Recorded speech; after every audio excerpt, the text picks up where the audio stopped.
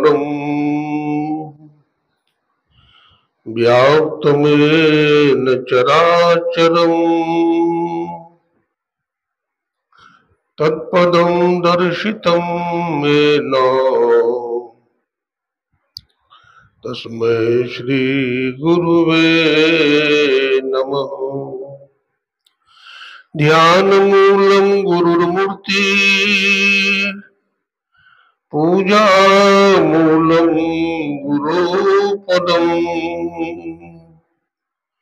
मन्त्रमूलं गुरुर्वाक्यम् मोक्षमूलं गुरुकृपा मोक्षमूलं गुरुकृपा।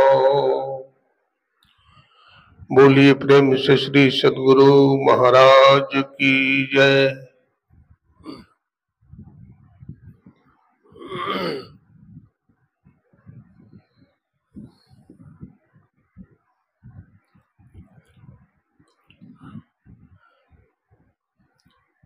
आवागमन के चक्र को मिटाने वाले,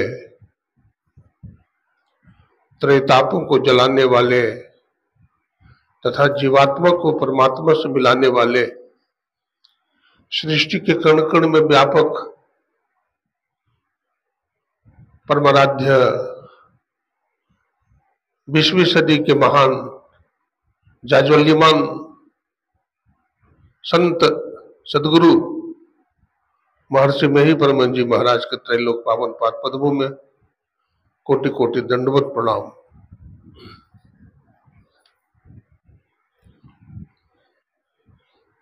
मंच पर विराजमान पूज्यपाद स्वामी गंगाधर जी महाराज के चरणों में कोटिशः नमन। पूज्य स्वामी निवालानंद जी महाराज, स्वामी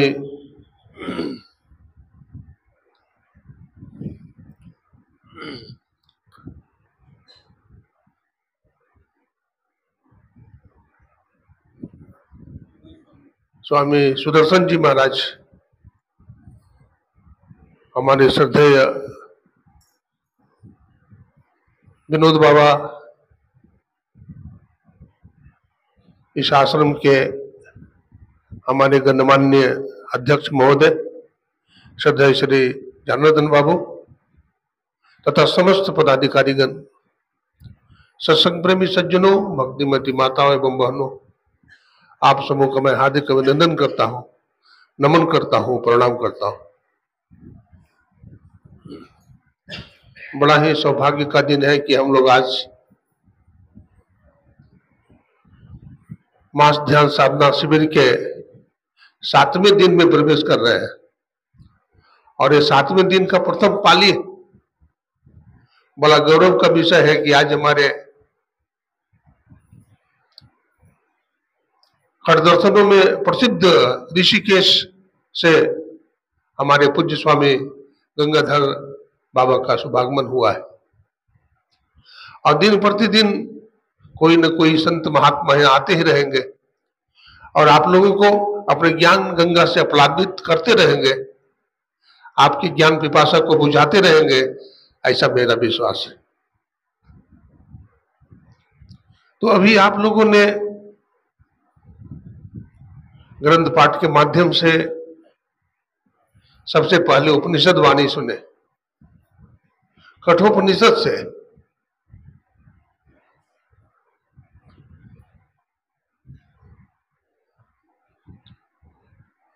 हमारे वेद में 108 उपनिषद है, चारों वेदों से 108 उपनिषद गिनाए जाते हैं और 108 उपनिषद में कठोपनिषद बहुत ही महत्वपूर्ण है। महत्वपूर्ण इसलिए है कि इसमें यमराज और नचिकेता का संवाद हुआ है इसलिए यम नचिकेता उपाख्यान कहा जाता है।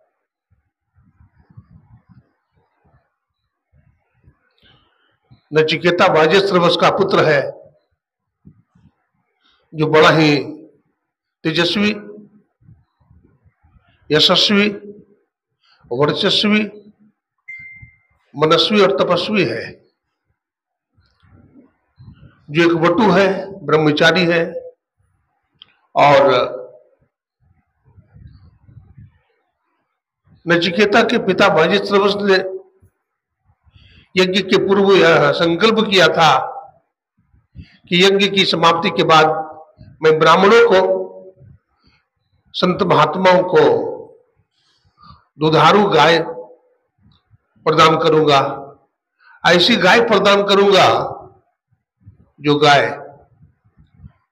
यमुना हो, दुधारू हो। भाष्य में जगत गुरु शंकराचार्य जी महाराज लिखते हैं शंकर भाष्य में कि कैसी गाय वाजस्रवस देने लगा, तो लिखा है उन्होंने दुग्ध दूहा। यज्ञ की समाप्ति के बाद उनको मोह हो गया कि मैं जवान गाय क्यों दान करूं, ये तो बड़ा मूल्यवान है, तो बड़ा कीमती है, ये तो मेरे काम में आएगा। लेकिन वाजस्रवस का पुत्र नचिकेता बड़ा ही त्यागी था, वैरागी था, त्यागी था। वो जीवन के मूल्य को समझता था और उन्होंने सोचा कि हमारे पिताजी को किस मोह ने घेर लिया है कि ब्राह्मणों और संतों को बूढ़ी गाय दे रहे। इसलिए वह बीच में ही बोला, पिताजी यहां पर जगत गुरु शंकर का जहां भाष्य है वहां पर उन्होंने लिखा है कैसी गाय देने लगा, तो भाष्यकार लिखते हैं दुग्ध दोहा। ऐसी गाय जिनकी दूध दूह ली गई हो, अब दोबारा दूध नहीं देगी। निरिंद्रिया, निरिंद्रिया का मतलब होता है जिसकी इंद्रिया क्षीण हो गई हो, दुर्बल हो गई हो। दुग्ध दोहा निरिंद्रिया। जग तृणा, जग तृणा का मतलब होता है जो घास गाय खाई हो, अब दोबारा वो घास नहीं खाएगी, ऐसी गाय देने लगा। इसलिए नचिकेता को कहना पड़ा। उन्होंने कहा, पिताजी आपको किस मोह ने घेर लिया, आपको ऐसी गाय नहीं देना चाहिए जो दूध ही न देती हो, और ब्राह्मणों को तो केवल सेवा करना होगा, दूध तो मिलेगा नहीं, ये कौन सी सेवा हुई आपकी। इंसान को वैसी चीज दान करनी चाहिए जो बहुत ही मूल्यवान हो, जो हमारे लिए भी मूल्यवान हो और उनके लिए भी मूल्यवान हो। पिताजी को बार बार जब एक ही बात कहता रहा तो उन्हें क्रोध आ गया और कहा, जा मैंने तुझे यमराज को दिया, मैंने तुझे यमराज को दान में दिया, जाओ। जिस प्रकार से भगवान श्री राम अपने पिता दशरथ के आदेश का पालन करने के लिए वन में चले गए थे, उसी प्रकार से नचिकेता भी पितृभक्त था, मातृभक्त था। वह पिता का आदेश का पालन करने के लिए यमलोक चला गया। संयोग से यमराज अपने घर में नहीं थे, यमलोक चले गए थे।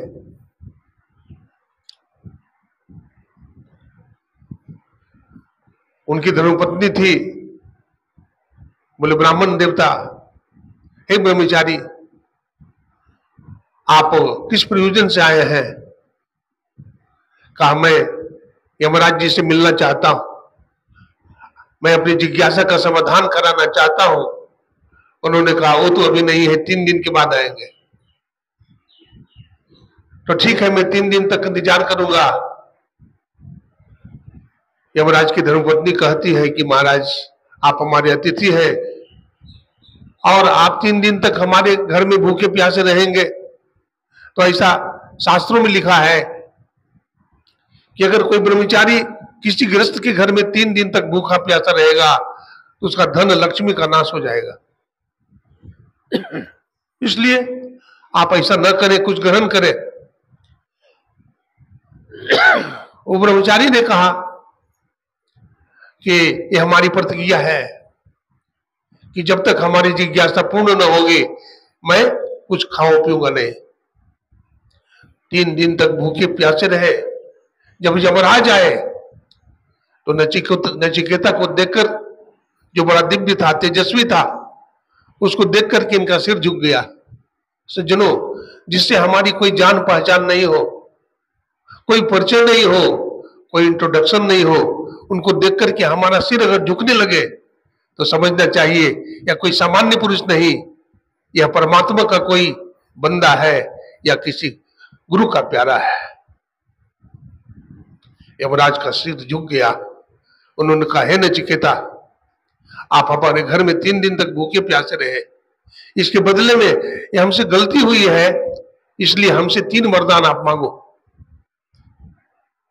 तो नचिकेता ने कहा, हे यमराज, यदि हमसे आप प्रसन्न है तो पहला वरदान ये दीजिए कि जो हमारे पिताजी का क्रोध है हम पर, हम उनके पास जाएं तो उनका क्रोध शांत हो जाए। और दूसरा वरदान बहुत मांगा। हमारे शास्त्र में उसका विशद वर्णन है कि कौन सा यज्ञ में कौन सा मंत्र बोला जाता है और कौन सा यज्ञ में कितना ईंट लगाया जाता है और कौन सा यज्ञ में कौन सा मंत्र बोला जाता है, उसकी क्या महिमा, आदि आदि विषयों पर बखान किया गया है।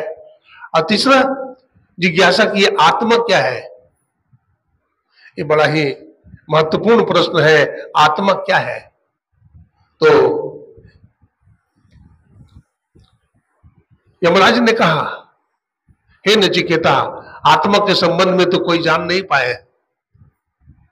आप आत्मा का रहस्य क्यों जानना चाहते हो? आप धन दौलत ले लो, कुबेर का साम्राज्य ले लो, लेकिन ये आत्मा का रहस्य मत पूछो। नचिकेता ने कहा, यमराज, आप ज्ञानी हैं, जिसके रहस्य को आज तक कोई नहीं जान पाया, बड़े बड़े ऋषि मुनि नहीं जान पाए, देवता लोग नहीं जान पाए, मैं उस रहस्य को जानना चाहता हूं। कहा, नहीं नहीं, तुम लंबी आयु ले लो। तो नचिकेता ने कहा, यमराज, लंबी आयु लेकर भला क्या करूंगा? एक न एक दिन तो आप मेरे को पकड़ लेंगे और मुझे यमलोक पहुंचा ही देंगे। इसलिए मैं चाहता हूं कि आप मुझे आत्मा का रहस्य बता दे। फिर कहता है, हे नचिकेता, अगर तुम उम्र लेना नहीं चाहते हो तो हजारों महारानियों को ले लो, स्वर्ग की अप्सरा को ले लो, रेणुका, मेनका और रंभा को ले लो। नचिकेता ने कहा, यमराज, यह भी मुझे नहीं चाहिए, क्योंकि ये भी हमारी इंद्रियों को छीन कर देंगे। अगर मैं इसे ले लूंगा तो मैं ब्रह्मचर्य विहीन हो जाऊंगा, श्रीहीन हो जाऊंगा और दुनिया में मुंह दिखाने लायक मैं नहीं रहूंगा। इसलिए एक चीज भी मुझे नहीं चाहिए। मुझे आत्मा का रहस्य बताइए, मैं वही जानना चाहूंगा। अंत में यमराज ने नचिकेता को आत्मा का रहस्य बताया। सज्जनों, ब्रह्मचर्य बहुत बड़ी चीज है।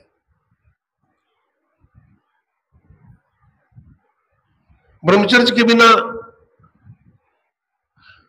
जैसे लोटा होता है, लोटा में अगर पेंदा ना हो तो हिलता रहेगा। व्यक्ति में भी अगर ब्रह्मचर्य का पालन ना हो तो उसकी इंद्रियां मचलती रहेगी, उसका शरीर स्थिर नहीं हो सकता है, उसका तन स्थिर नहीं हो सकता है, उसका मन स्थिर नहीं हो सकता है, उसकी बुद्धि स्थिर नहीं हो सकती। इसलिए तो बाबा सूरदास ने कहा था, तन थिर, मन थिर, बुद्धि थिर, जब ये तीनों स्थिर हो जाते हैं तब हमारी इंद्रियां शांत होती है, तब हमारा चंचल मन स्थिर हो जाता है। इसलिए सबसे पहले ब्रह्मचर्य का पालन करना चाहिए। आज ब्रह्मचर्य की महिमा घट गई है, लोग ब्रह्मचर्य को नहीं मानते हैं। अगर ब्रह्मचर्य के संबंध में कहा जाता है तो कहते हैं स्वामी जी आप क्या मजाक करते हैं, ये तो पुराने जमाने की बात थी ब्रह्मचर्य, आप ब्रह्मचर्य की बात करते हैं। सज्जनों, स्वामी विवेकानंद जी महाराज ने शिकागो के धर्म सम्मेलन में कहा था, ब्रह्मचर्य के ऊपर बोला था। स्वामी जी ने कहा था ब्रह्मचर्य से हीन व्यक्ति कैसा है तुम जानते हो? तो कहा जैसे टूटा हुआ धनुष हो, जैसे टूटा हुआ धनुष को कोई रण क्षेत्र में ले जाए तो क्या एक बाण चला सकता है? कुरुक्षेत्र के मैदान में कौरवों और पांडवों के बीच, पांडवों में अर्जुन था जिसका युद्ध भीष्म पितामह के साथ हुआ, जिसका सामना कर्ण के साथ हुआ। बतलाते हैं अर्जुन ने इतनी कठोर तपस्या की थी और कठोर ब्रह्मचर्य का पालन किया था। उस ब्रह्मचर्य से प्रसन्न होकर भगवान शिव ने उनको पाशुपत अस्त्र प्रदान किया था। इंद्र ने भी अपना अस्त्र प्रदान किया था। ब्रह्मा जी महाराज और अन्य देवी देवता ने भी, अन्य ऋषि मुनि ने भी उसे अस्त्र शस्त्र प्रदान किए थे। बतलाते हैं मेनका डिगाने के लिए आई, अर्जुन ध्यानस्थ था, रात में 12 बजे रात में आती और कहती है आपके जैसा पुरुष नहीं और हमारी जैसी सुंदरी नारी नहीं, महाराज आप हमसे प्रेम करो। तो उन्होंने कहा था हे मां, वो कहती है हमें तो आपके जैसा पुत्र चाहिए। अर्जुन कहता है हे देवी, हे मां, हमारे जैसा पुत्र हो जाए, हम दोनों का विवाह होने के बाद ऐसा संभव नहीं है, इसलिए हे मां तू हमारी मां बन जा और मैं तुम्हारा बेटा बन जाता हूं, तो हमारी मां बन जा और मैं तुम्हारा बेटा बन जाता हूं। जब ऐसा कहा तो मेनका लज्जित होकर चली गई प्रणाम करके। इस प्रकार से अर्जुन की प्रतिज्ञा पूरी हुई, अर्जुन का व्रत पूरा हुआ, अर्जुन का व्रत सफल हुआ। तभी तो अर्जुन ने भीष्म पितामह को बांध के सज्जा पर सुला दिया और तेजस्वी में सबसे तेजस्वी वीर महारथी कर्ण को भी उन्होंने ध्वस्त कर दिया। तो कहने का मतलब ब्रह्मचर्य परम व्रत है जिसके सहारे से व्यक्ति अपने जीवन में आगे बढ़ सकता है। वो अपने जीवन में ब्रह्मचर्य से व्रत धारण करके ध्यान साधना में सफल हो सकता है।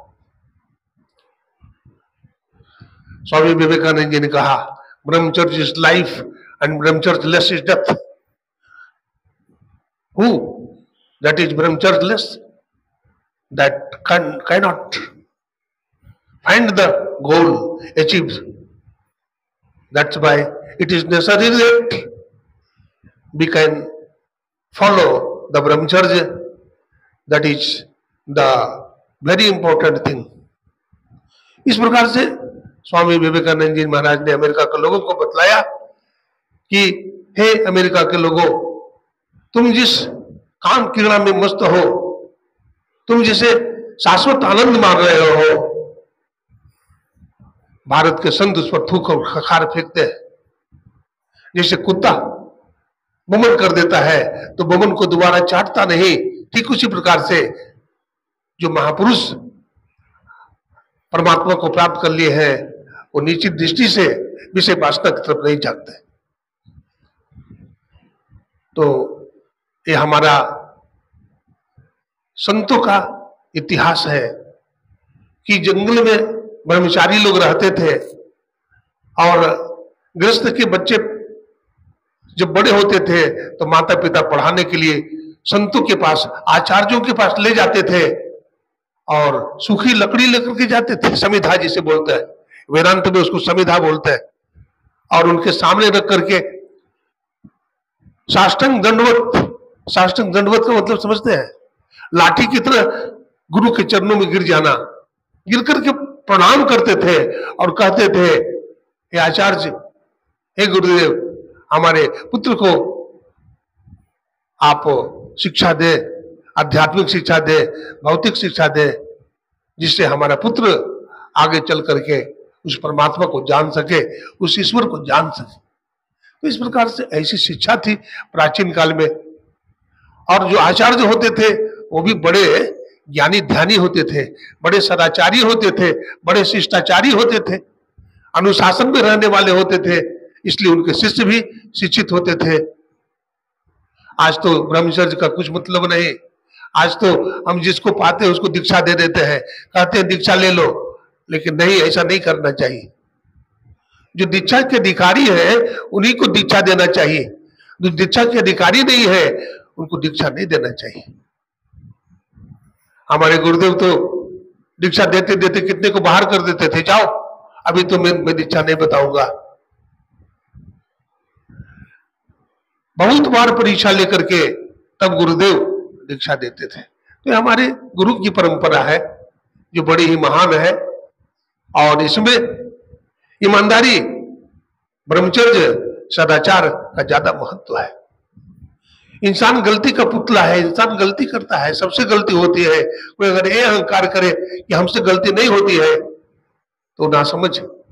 इसलिए हम ऐसे लोगों से भी घृणा न करें। ईसा मसीह जब जा रहे थे तो लोग एक नारी को का बाल पकड़ कर घसीट रहे थे और पत्थर मार रहे थे, बोलते थे यह व्यभिचारिणी है, यह व्यभिचारिणी है। ईसा मसीह उसी रास्ते से गुजर रहे थे, वो बेचारी को हर लोग लाठी से पीट रहे थे, उसके सिर से मुंह से खून निकल रहे थे। ईसा मसीह उस दृश्य को देखा, कहा हाँ मारो, हाँ ये पापनी है, इसे मारो, लेकिन खबरदार वही पत्थर मारना जो कभी अपने जीवन में पाप नहीं किया है। तो सबका पत्थर हाथ में ही रह गया और सबने अपनी गलती को स्वीकार कर लिया और ईसा मसीह के चरणों में झुक गया। सज्जनों, गलतियां सबसे होती है, हम उसे सुधारें। अगर हम उसे सुधारेंगे नहीं तो उसका उद्धार कैसे होगा?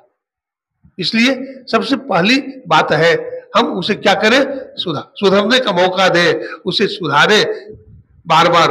हमारे गुरुदेव कहते थे, जब हमारे गुरुदेव बंजर से बंजर स्थानों में जाते थे, महर्षि महिपरमन जी महाराज, तो लोग कहते थे महाराज ये तो मांसाहारी है, ये तो दारूबाज है, ये तो दारू पीते हैं, क्या कभी सीख सकते हैं जो आप उसको सत्संग सुनाते हो? तो हमारे गुरुदेव कहते थे, सुनो जी, देखो लोग जंगल में जाते हैं शिकारी और तोता को पकड़ करके ले आते हैं, जंगली जानवर को पकड़ कर ले आते हैं और उसको पालतू बना देते हैं।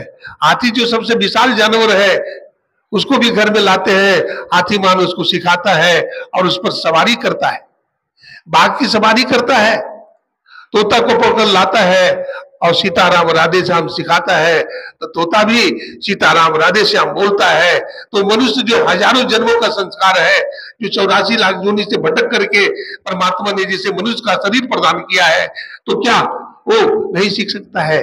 हाथ जोड़ लिया, बोला हाँ महाराज जी वो तो सीख सकता है, तो उसे क्यों नहीं सिखाया जाए? बड़ी खुशी की बात है, ये बड़ा सुंदर आश्रम कमेटी के लोगों ने बनवाया है, 3 मंजिला है। और आज हमारे यहाँ हमारे अध्यक्ष महोदय श्रद्धेय श्री जगदीश जनार्दन बाबू और हमारे जिला अध्यक्ष श्रद्धेय श्री विष्णु प्रकाश बाबू और यहाँ के व्यवस्थापक हमारे श्रद्धेय श्री विमल बाबू भी आए हैं। और गुरु महाराज की बड़ी कृपा है, हमारे इस आश्रम के सभी पदाधिकारी और हमारे बहुत सारी माताएं बहनें, हमारे बहुत सारे संत महात्मा हैं और यहाँ ध्यानाभ्यास का क्रम चल रहा है। ध्यान के समान संसार में कुछ भी नहीं है। अगर दुनिया में सबसे भारी चीज है तो ध्यान और सत्संग है, और ध्यान और सत्संग को जो पकड़ लेता है उसके जीवन में सब कुछ मिल जाता है। बतलाते हैं कि ध्यान की शक्ति से ही हम महान बनते हैं। हमारे गुरुदेव महर्षि में ही आश्रम कुप्पा घाट में ध्यानाभ्यास करके 18 महीने ध्यानाभ्यास किया और ध्यानाभ्यास करके उस परमात्मा को प्राप्त कर लिया। हम लोग भी, हमारे गुरुदेव ने सब जगह, सब आश्रमों में मास ध्यान, पाक्षिक ध्यान, साप्ताहिक ध्यान और त्रय दिवसीय ध्यान और 24 घंटे का ध्यान भी का सिस्टम बनाया कि जहां अनुकूलता हो वहां करें। ऐसा करने से हमारा देश मजबूत होगा, हमारा देश आध्यात्मिक बनेगा। इसलिए मेरे माताओं एवं बहनों, इस बात को हृदयंगम किया जाए कि आप लोग भी इस आश्रम में जितना बार हो सके आप लोग ध्यानाभ्यास का कार्यक्रम रखें। हमारे यहाँ के श्रद्धेय श्री अरुण बाबा जो बड़े कर्मठ हैं और हमारे यहाँ के पदाधिकारीगण जो बराबर यहाँ पर ध्यानाभ्यास कराते हैं, बड़ा उत्तम कार्य करते हैं। और इस तरह से अगर होता रहा तो हमारा देश बहुत ही उन्नति कर जाएगा। देखिए, अमेरिका की प्रसिद्धि डॉलर से होती है नहीं, और जापान की प्रसिद्धि पाउंड से है, ईरान की प्रसिद्धि पेट्रोलियम से है, इराक की प्रसिद्धि डीजल से है और कुवैत की प्रसिद्धि किरासन तेल से है। लेकिन भारत की प्रसिद्धि संतों से, सत्संग से और महर्षि मेही जैसे संतों से होती है। तो हमारा देश बड़ा महान है। हमारे ऋषिकेश से चलते फिरते हुए हमारे पूज्यपाद स्वामी गंगाधर बाबा जो महर्षि संतसबीर जी परमहंस के महाराज के प्रिय शिष्य थे, वो पधारे हुए हैं, जो बड़े ज्ञानी ध्यानी हैं। तो उनके मुखारबिंद से हम सुनना चाहेंगे। हम तो बोल रहे हैं कई दिनों से, उद्घाटन भी मैं भी किया था और अभी तक मैं चल रहा हूं। तो आज हमारी भी इच्छा है कि स्वामी जी के मुखारबिंद से, जैसे हिमालय से गंगा निकलती है, हाँ, और भगवान शंकर के जटा से गंगा निकलती है, आज उसी शिव के रूप में हमारे गंगाधर बाबा आए हैं। आज उनके मुख से हम ज्ञान गंगा की धारा को देखना चाहते हैं। बोलिए प्रेम से श्री सद्गुरु महाराज की।